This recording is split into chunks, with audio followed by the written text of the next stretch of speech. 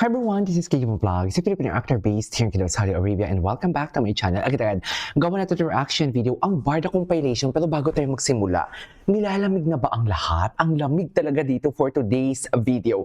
So I won't take any longer, excited ako magawa ng reaction video to kasi aminado talaga ako kahapon. Pag sa ibang bahay talaga ako or sa ibang studio, kung sa ibang lugar talaga ako nagwa-vlog, yung tipong alam mo yung hindi talaga ako comfortable. Yung tipong alam mo yung gusto ko lang makipag-chika sa friends ko at antok na ako.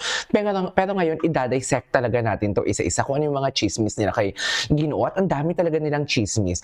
Diba? Pinapayagan na nga kayo. Sabi nga namin, Jim, sabi nga namin, Barda, real or real, Barda pa din forever. Hindi nyo na yun matatanggal sa amin, mga mami. Bakit ganun? Bakit yung pinipili talaga yung hindi namin bet? Charis. Gusto niya talaga sumang-ayon kami sa mga gusto ninyo for today's video. Eh, hindi mangyayari yon. Chares. Hindi mangyayari yon for today's video. So, yeah, without further ado, let's start this reaction video. Ay, wine night and BG. So, o diba, nag-wine night na naman siya for today's video. Sinong may gusto ng wine? Sino ang may gusto ng wine? Charis. Siyempre, i-connect natin yan kay David kasi halos lahat naman. Bakit hindi natin ito i-connect kay David? Bakit hindi natin ito i-connect kay David? Kasi doon pa lang kay Boy Abunda na wine or coffee, ano ang sagot? Charis. Di ba doon pa lang sa wine or coffee may laman na ang sagot ni Barbie Fortesa? At bakit hindi namin ito pwede i-connect kay David kung kayo kinoconnect ninyo kung sino-sino mga babae? Sanya Lopez, Alex Manalang, Jillian Ward. Bakit kami hindi pwede? Bakit tapos ngayon sasabihin nyo kami, dilulo kami? Bakit ganun? Ang unfair naman nang kayo ginawa nyo ng issue about Sanya Lopez. Sabihin ninyo, never tayong gumamit ng term na dilulo sila about Sanya Lopez and David Licauco. Never tayong nagsabing dilulo. Nagsasabi lang tayo na magka-work lang sila, nag-jogging lang sila together, nagti-TikTok lang sila, ni hindi nga natin criticize si Sanya Lopez doon eh. Kasi sabi natin, ginagawa lang ni Sanya Lopez ang trabaho niya eh. Tapos ngayon kung kami i-connect, wala naman silang sinasabi about sa pag-connect natin dito. Pero, syempre, advance tayo mag-isip. Diba? 2 steps ahead tayo sa kanila. Yan yung pinagkaiba natin mga Barda defender or mga solid na Barda. Diba? Ina-analyze natin. Although hindi naman natin ina-overanalyze, pero ina-analyze natin 2 steps ahead tayo. Diba? At hindi tayo nagsispread ng negativity. Bakit nyo aawayin ang Ginoo for today's video tapos ngayon si Barbie na naman? Diyos ko, ang mga si Ma'am Pinay, Barda, si Ma'am Pinay Echos Garbanzos, yung BFF ko, ganon. Nag-message sa akin, grabe daw ang mga comment doon kay Barbie Fortesa na pagsayaw. Sige nga, patingin nga ako ng sayaw ninyo. Baka naman makaluma ang sayaw ninyo, mas luma pa sa pandango sa ilaw ha. Sa mga nagbabash dyan ha, baka ang alam nyo lang na sayawin yung aray king ha.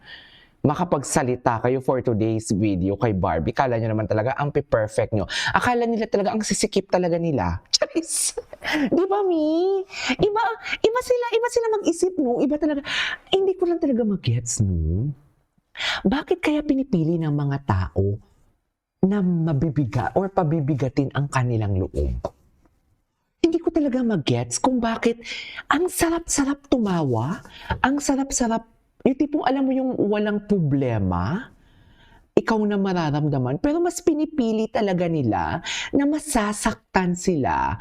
Mas pinipili nila na how do I say this? Mas pinipili nila na, paano ko ba sabihin to? Na hindi sila maging masaya. Bakit ganun? Bakit ganun, Mi? Paki-explain sa akin. Ganun din ba kayo? For sure, hindi kayo ganun. Kasi kung ganun kayo, wala dapat kayo dito sa channel ko. Sa totoo lang, katulad ni Jim. Di ba? Instead na mag-focus siya kung saan siya kukuha ng pambayad dyan ng bill next month. Kung ano-ano pinaggagawa niya kay Ginoo. Ini-stalk niya si Ginoo. Baka stalker siya or paparazzi siya. Tapos, pag iblinag niya yun, wala naman siyang napapala. Nagapak naman yung views niya. So, paano? Di ba nag-effort ka? Di kayo tumulad sa amin dito. Tawa-tawa lang. Charis. Di ba, Mi? Kahit nilalamig na for today's video, Diyos ko yung puffer jacket ko. Nagmukha akong snowman dito for today's video. Anyways, panoorin natin to. Nag-wine-wine. Saan kayo? Sa IG? Sa IG to ni Barbie? Ay, oo, Barda Filay. Why night? Sino kayang kasama niya dito for today's video? Curious lang ako, ha? Curious lang talaga ako. Ay, ano to? Ang daming chismis, ha? James in Bali Tour career Growth Journey. Ay, sana all. Akala ko talaga may issue na naman yung babae dyan. Okay. Ay, nakakatawa ang mga comments. Bakit?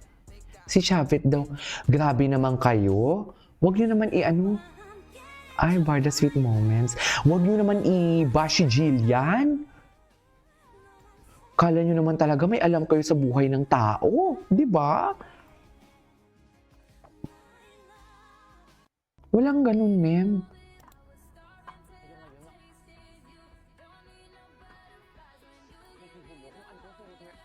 Okay. Ay, atake mga baby. It takes two to tango. Wait lang.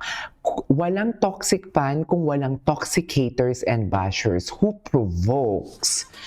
It's natural human instinct to protect and defend those we love from malicious attacks and bad intentions. As fans, it's normal kiligin. What's abnormal is to hate. Oh my God. Connected talaga yung utak namin ni Mambarda United. But, yun na nga.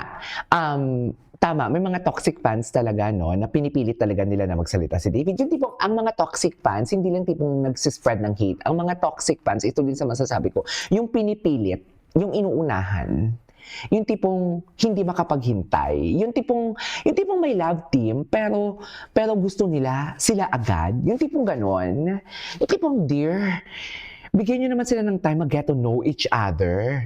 Di ba? Sana bigyan din naman natin sila ng time na mag-bebe time na silang dalawa lang. Charis! Tama ba yon?